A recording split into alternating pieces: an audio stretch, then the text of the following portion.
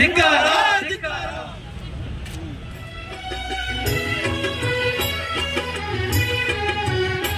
ಜಯ ಹೇ ಅಂಬೇಡ್ಕರ್ ಜಯ ಹೇ.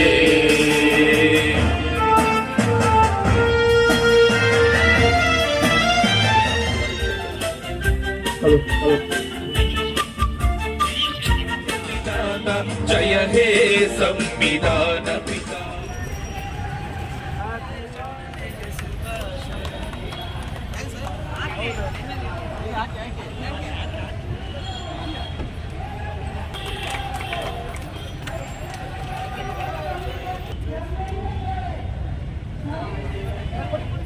ದಲಿತರನ್ನ ರಕ್ಷಣೆ ಮಾಡುವಂತ ಕೆಲಸ ತಾವು ಮಾಡಬೇಕು, ತಾವು ಮಾಡ್ತೀರಂತ ನಮಗೆ ಭರವಸೆ ಇದೆ ಸರ್. ಆದ್ರೆ ತಾವು ಒಬ್ಬರಾಗಿರ್ಬಾರ್ದು ಸರ್. ತಮ್ಮ ತಮ್ಮ ಇಲಾಖೆಯಲ್ಲಿರ್ತಕ್ಕಂಥ ಎಲ್ಲರೂ ಅದರ ಕೆಲಸ ಮಾಡಿದ್ರೆ ನಮ್ಮ ದಲಿತರು ಇವತ್ತು ಈ ಬೀದಿನಲ್ಲಿ ಬಂದು ನಾವು ಕೂತ್ಕೊಂಡು ಹೋರಾಟ ಮಾಡಬೇಕಾಗಿ ಪರಿಸ್ಥಿತಿ ಇರ್ತಾ ಇದ್ದಿಲ್ಲ ಸರ್. ಇವತ್ತು ನಾವು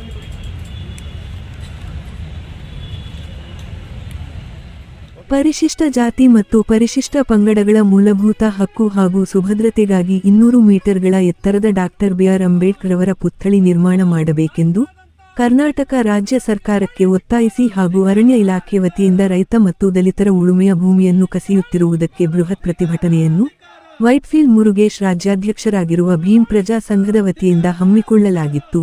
ದಿನಾಂಕ 12/8/2025 ಮಂಗಳವಾರ ಬೆಂಗಳೂರಿನ ಫ್ರೀಡಂ ಪಾರ್ಕ್ನಲ್ಲಿ ಹಮ್ಮಿಕೊಳ್ಳಲಾಗಿದ್ದ ಪ್ರತಿಭಟನೆಯಲ್ಲಿ ವಿವಿಧ ದಲಿತ ಮತ್ತು ರೈತ ಪ್ರಗತಿಪರ ಸಂಘಟನೆಗಳ ಬೆಂಬಲದೊಂದಿಗೆ ಭೀಮ್ ಪ್ರಜಾ ಸಂಘ ಹಮ್ಮಿಕೊಂಡಿದ್ದ ಪ್ರತಿಭಟನೆಯಲ್ಲಿ ಸರ್ಕಾರದ ವಿರುದ್ಧ ಘೋಷಣೆಗಳನ್ನು ಕೂಗಿ ತಮ್ಮ ಆಕ್ರೋಶವನ್ನು ಹೊರಹಾಕಿದರು. ಇದೇ ಸಂದರ್ಭದಲ್ಲಿ ಸಮಾಜ ಕಲ್ಯಾಣ ಇಲಾಖೆಯ ಆಯುಕ್ತರು ಪ್ರತಿಭಟನಾ ಸ್ಥಳಕ್ಕೆ ಆಗಮಿಸಿ ಮನವಿಯನ್ನು ಸ್ವೀಕರಿಸಿ ಭೀಮ್ ಪ್ರಜಾ ಸಂಘದ ಬೇಡಿಕೆಗಳನ್ನು ಸರ್ಕಾರದ ಗಮನಕ್ಕೆ ತರುವುದಾಗಿ ಭರವಸೆಯನ್ನು ನೀಡಿದರು. ಭೀಮ್ ಪ್ರಜಾ ಸಂಘ ರಾಜ್ಯ ಸಮಿತಿಯವರ ವತಿಯಿಂದ ಏನು ಇವತ್ತು ಈ ಒಂದು ಮನವಿಯನ್ನು ಕೊಟ್ಟಿದ್ದಾರೆ, ಅದರಲ್ಲೂ ಬಹಳ ಪ್ರಮುಖವಾಗಿ ಒಂದಷ್ಟು ಬೇಡಿಕೆಗಳನ್ನ ಸರ್ಕಾರದ ಗಮನಕ್ಕೆ ತರಲಿಕ್ಕೆ ಮನವಿಯನ್ನು ಮಾಡಿದ್ದಾರೆ. ಈಗಾಗಲೇ ಏನು ಬಾಬಾ ಸಾಹೇಬ್ ಅಂಬೇಡ್ಕರ್ ಅವರ ಒಂದು ಪುತ್ಥಳಿ ನಿರ್ಮಾಣ ಮಾಡಬೇಕಾಗಿ ಏನು ಬೇಡಿಕೆಯನ್ನು ಸಲ್ಲಿಸಿದ್ದಾರೆ. ಈ ಹಿಂದೆ ಕೂಡ ಸಾಕಷ್ಟು ಹೋರಾಟಗಳು ಮಾಡಿದ್ದಾರೆ. ವೈಟ್ಫೀಲ್ಡ್ ಮುರುಗೇಶ್ ಅವರು ಕೂಡ ಈಗಾಗಲೇ ತಮ್ಮ ಗಮನಕ್ಕೆ ತಂದಿದ್ದಾರೆ.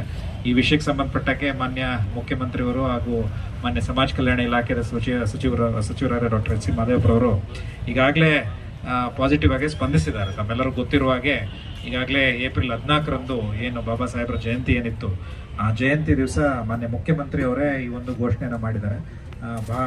ಇಡೀ ದೇಶದಲ್ಲೇ ಬಹಳ ಎತ್ತರವಾದ ಬಾಬಾ ಸಾಹೇಬ್ರ ಒಂದು ಪುತ್ಥಳಿಯನ್ನು ನಿರ್ಮಾಣ ಮಾಡ್ತೇವೆ ಅಂತ ಹೇಳ್ಬಿಟ್ಟು ಈಗಾಗಲೇ ಈ ಒಂದು ನಿಟ್ಟಿನಲ್ಲಿ ಮಾನ್ಯ ಮುಖ್ಯಮಂತ್ರಿಯವರ ನೇತೃತ್ವದಲ್ಲೇ ಒಂದು ಸಭೆ ಆಗಿದೆ. ಮಾನ್ಯ ಸಮಾಜ ಕಲ್ಯಾಣ ಇಲಾಖೆ ಸಚಿವರ ಜೊತೆಗೆ ನಾನೇ ಸ್ವತಃ ವಿಜಯವಾಡಕ್ಕೆ ಯಾವ ರೀತಿಯಾಗಿ ಮಾಡಿದ್ದಾರೆ ಅಂತ ಹೇಳ್ಬಿಟ್ಟು ಪ್ರಾಜೆಕ್ಟ್ ನೋಡ್ಲಿಕ್ಕೂ ಕೂಡ ನಾವು ಈಗಾಗಲೇ ಭೇಟಿ ಕೊಟ್ಟು ಆ ಒಂದು ಭೇಟಿಯಲ್ಲಿ ಸಂಬಂಧಪಟ್ಟ ಇಂಜಿನಿಯರ್ಗಳಾಗಿರ್ಬೋದು ಅಥವಾ ಅಲ್ಲಿನ ಏನು ಅಧಿಕಾರಿಗಳಿದ್ದಾರೆ ಅವ್ರ ಜೊತೆಗೆ ಒಂದು ಸಭೆಯನ್ನು ನಡೆಸಿ ಎಲ್ಲ ಮಾಹಿತಿಯನ್ನು ಕೂಡ ಸಂಗ್ರಹ ಮಾಡಿದ್ದಾರೆ. ಈಗಾಗಲೇ ಬೆಂಗಳೂರಿನಲ್ಲಿ ಈ ಒಂದು ಪುತ್ಥಳಿ ನಿರ್ಮಾಣ ಮಾಡಲಿಕ್ಕೆ ಪ್ರತ್ಯೇಕವಾದ ಜಾಗನೂ ಕೂಡ ನಾವು ನಿಗದಿ ಮಾಡಿದ್ದೇವೆ. ಆ ಒಂದು ಜಾಗವನ್ನು ನಾವು ಪರಿಶೀಲನೆ ಮಾಡಿ ಆ ಜಾಗವನ್ನು ಸಮಾಜ ಕಲ್ಯಾಣ ಇಲಾಖೆಗೆ ಹಸ್ತಾಂತರ ಮಾಡುವಂಥ ಒಂದು ಕಾರ್ಯ ಏನಿದೆ ಅದು ಪ್ರಗತಿಯಲ್ಲಿದೆ. ಮಾನ್ಯ ಮುಖ್ಯಮಂತ್ರಿಯವರ ನೇತೃತ್ವದಲ್ಲಿ ಒಂದು ಸಭೆನೂ ಕೂಡ ಆಗಿದೆ. ಮಾನ್ಯ ಮುಖ್ಯಮಂತ್ರಿಯವರ ನೇತೃತ್ವದಲ್ಲಿ ಎಲ್ಲಿ ಕರೆಕ್ಟಾಗಿ ಒಂದು ಬೆಂಗಳೂರಿನಲ್ಲಿ ಕೇಂದ್ರೀಕೃತವಾದ ಒಂದು ಜಾಗ, ಅಂದರೆ ಎಲ್ಲೋ ಒಂದು ಮಾಡೋದಲ್ಲ, ಒಂದು ಕೇಂದ್ರೀಕೃತವಾದ ಒಂದು ಜಾಗದಲ್ಲಿ ಇದನ್ನು ಮಾಡಬೇಕು. ಸುಮಾರು 20ರಿಂದ 25 ಎಕರೆ ಜಾಗ ಬೇಕಾಗ್ತದೆ.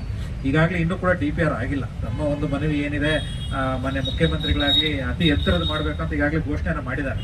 ಅದು ಇನ್ನೂ ರೆಡಿ ಮಾಡಬೇಕು, 200 ಮೀಟರ್ ಮಾಡಬೇಕು ಅನ್ನೋದು ಇನ್ನೂ ಕೂಡ DPR ತಯಾರಿ ಆಗಿಲ್ಲ. ಜಾಗ ಪ್ರಮುಖವಾದದ್ದು.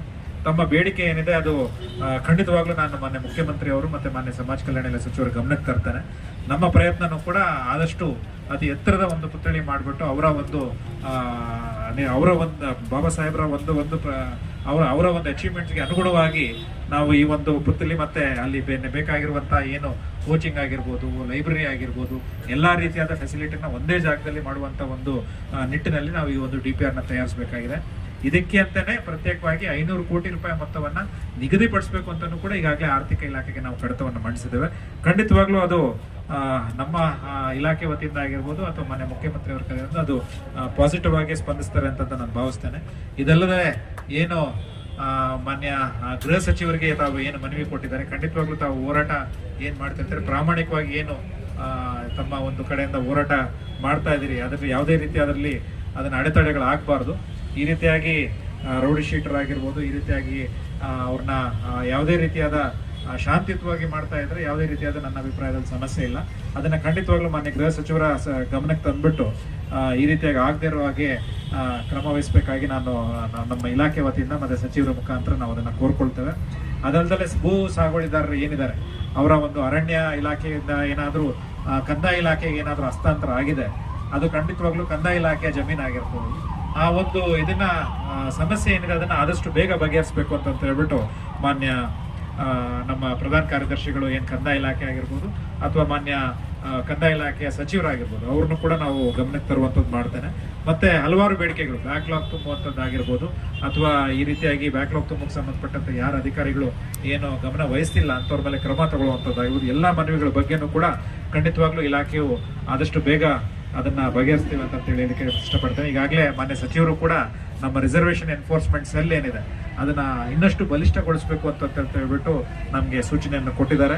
ಖಂಡಿತವಾಗ್ಲೂ ನಾವು ಅದನ್ನ ಇನ್ನಷ್ಟು ಬಲಿಷ್ಠಗೊಳಿಸಿ ಸಂಬಂಧಪಟ್ಟ ಅಧಿಕಾರಿಗಳ ಮುಖಾಂತರ ಕೆಲಸಗಳನ್ನ ನಾವು ಮಾಡಿಸ್ತೇವೆ ಅಂತ ಹೇಳ್ಬಿಟ್ಟು ಈ ಒಂದು ಸಂದರ್ಭದಲ್ಲಿ ಹೇಳ್ತಾ ತಮ್ಮ ಎಲ್ಲ ಮನವಿಗಳನ್ನ ಮಾನ್ಯ ಸಮಾಜ ಕಲ್ಯಾಣ ಇಲಾಖೆ ಸಚಿವರು ಹಾಗೂ ಮಾನ್ಯ ಮುಖ್ಯಮಂತ್ರಿಗಳ ಗಮನಕ್ಕೆ ತರ್ತೇನೆ ಅಂತ ಹೇಳಬಯಸ್ತೇನೆ. ಧನ್ಯವಾದಗಳು. ದೇಶದಲ್ಲಿ ಅತಿ ಎತ್ತರವಾದ ಒಂದು ಬೃಹತ್ತಾದ ಪುತ್ಥಳಿ ನಿರ್ಮಾಣ ಮಾಡಬೇಕು. ಮತ್ತು ಏನು ನಮ್ಮ ದಲಿತರ ಮೇಲೆ ಆಗ್ತಾ ಇರ್ತಕ್ಕಂಥ ಏನು ರೌಡಿ ಶೀಟರ್ಗಳಾಗಿರ್ಬೋದು, ಸುಳ್ಳು ಕಂಪ್ಲೇಂಟ್ಗಳಾಗಿರ್ಬೋದು, ಇದನ್ನು ಹೋರಾಟಗಾರರ ಮೇಲೆ ಏನು ಸುಳ್ಳು ಕಂಪ್ಲೇಂಟ್ಗಳು ಬೀದರ್ ಜಿಲ್ಲೆ ಆಗಲಿ ಪ್ರತಿಯೊಂದು ಜಿಲ್ಲೆಗಳಲ್ಲೂ ರಾಜ್ಯಾದ್ಯಂತ ಪ್ರತಿಯೊಂದು ಜಿಲ್ಲೆಗಳಲ್ಲಿ ನಮ್ಮ ದಲಿತರ ಮೇಲೆ ಆಗಲಿ ರೈತ ಪರ ಹೋರಾಟಗಾರರ ಮೇಲೆ ಏನು ಸುಳ್ಳು ಕೇಸುಗಳು ದಾಖಲೆ ಮಾಡಿದ್ದಾರೋ ಅದನ್ನು ವಜಾ ಮಾಡಬೇಕು ಅನ್ನೋದು ಒಂದು.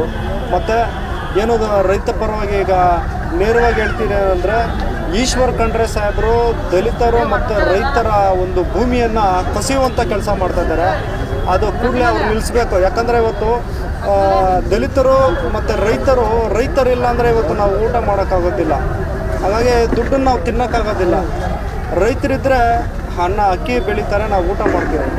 ಅಂಥ ರೈತರ ಭೂಮಿಯನ್ನೇ ಕಿತ್ಕೊಂಡು ಹೋಗ್ತಾರಂದರೆ ಅದು ಎಷ್ಟು ಮಟ್ಟಕ್ಕೆ ಸರಿ ಅನ್ನೋದು ನಮ್ಮ ಒಂದು ಪ್ರಶ್ನೆ ಆಗಿರುತ್ತೆ. ಹಾಗಾಗಿ ಮತ್ತು ಬೀದರ್ ಜಿಲ್ಲೆಯಲ್ಲೇ ನಮ್ಮ ಕಪಿಲ್ ಗೋಡ್ಬಲೆ ಸಾಹೇಬ್ರವರ ವಿರುದ್ಧವಾಗಿ ಏನು ಸುಳ್ಳು ದಾಖಲೆಯನ್ನು ಮಾಡಿರ್ತಾರೆ. ಅದನ್ನು ಕೂಡಲೇ ಈ ರಾಜ್ಯದ ನಮ್ಮ ಗೃಹ ಮಂತ್ರಿಗಳಾದಂಥ ಪರಮೇಶ್ವರ್ ಸಾಹೇಬರು ಕೂಡಲೇ ಅದರ ವಿಚಾರವಾಗಿ ತನಿಖೆ ಮಾಡಿ ನಮಗೆ ಕಾನೂನಾತ್ಮಕವಾಗಿ ಅದು ಸರಿ ಇದ್ದರೆ ಏನು ಪರಮೇಶ್ವರ್ ಸಾಹೇಬರು ಅದರ ಪರ ನಿಲ್ಲಿ. ವಿರುದ್ಧವಾಗಿದ್ದರೆ ನಮಗೆ ಬೇಕಾಗಿಲ್ಲ. ನಾವು ನ್ಯಾಯಯುತವಾಗಿ ಹೋರಾಟ ಮಾಡೋರ ಮೇಲೆ ನೀವು ಕಂಪ್ಲೇಂಟ್ ಆಗ್ತಿರೋದ್ರೆ ಅದು ಎಷ್ಟು ಮಟ್ಟಿಗೆ ಸರಿನೋ. ಇವತ್ತು ನಾವು ಭಾರತ ದೇಶದಲ್ಲಿದ್ದೀರೋ ಇಲ್ಲ ಪಾಕಿಸ್ತಾನಲ್ಲಿ ಇದ್ದೀರೋ ಅನ್ನೋದು ನಮಗೊಂದು ಸಂಶಯ ಆಗ್ತದೆ. ಹಾಗಾಗಿ ನಾವು ಕೇಳ್ತಾ ಇರೋದು, ನಾವು ನ್ಯಾಯ ಕೇಳ್ತಾ ಇದ್ದೀರಿ.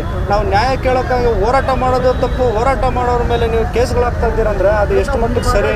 ಮತ್ತು ಇದೇ ಈಶ್ವರ್ ಖಂಡ್ರೆ ಅವರು ಬೀದರಿಂದ ಇವತ್ತು ಸುಮಾರು ಏನು 700-800 ಕಿಲೋಮೀಟರ್ ಬೀದರಿಂದ ಇವಾಗ ವಿಧಾನಸೌಧ ಬೆಂಗಳೂರಿಗೆ ಬಂದಿದೆಯಾ. ಅದಕ್ಕೆ ಕಾರಣ ಅಂದರೆ ಪರಮಪೂಜ್ಯ ಬಾಬಾ ಸಾಹೇಬ್ ಅಂಬೇಡ್ಕರ್ ಅವರು ನಮಗೆ ಒಂದು ಓಟಿನ ಒಂದು ಅರಿವು ಕೊಟ್ಟಿದ್ದ. ಆ ಓಟು ತಮಗೆ ಹಾಕುವ ಮುಖಾಂತರ ತಮ್ಮನ್ನು ವಿಧಾನಸೌಧಕ್ಕೆ ನಾವೇ ಕಳಿಸಿರೋದು, ನಿಮ್ಮನ್ನು ಬೇರೆ ಯಾರೂ ಕಳಿಸಿಲ್ಲ.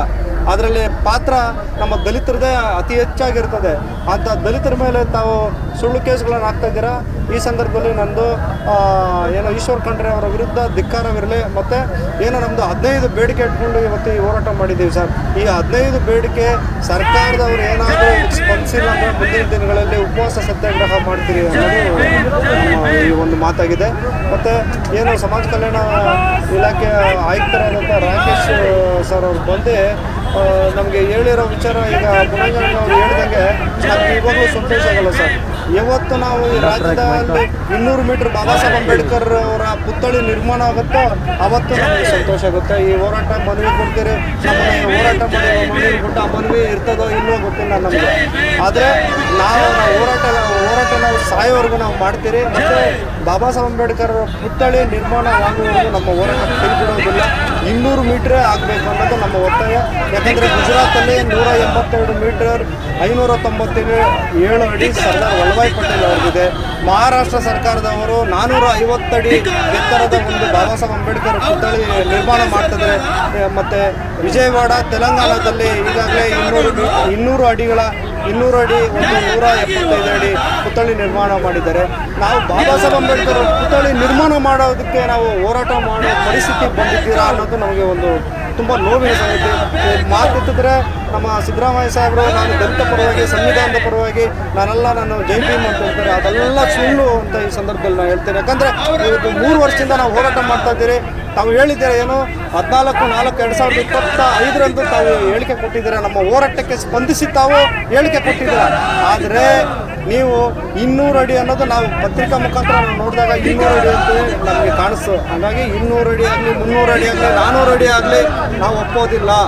656 ಅಡಿ ನಿರ್ಮಾಣ ಮಾಡಬೇಕು ಅನ್ನೋದು ನಮ್ಮ ಒತ್ತಾಯ.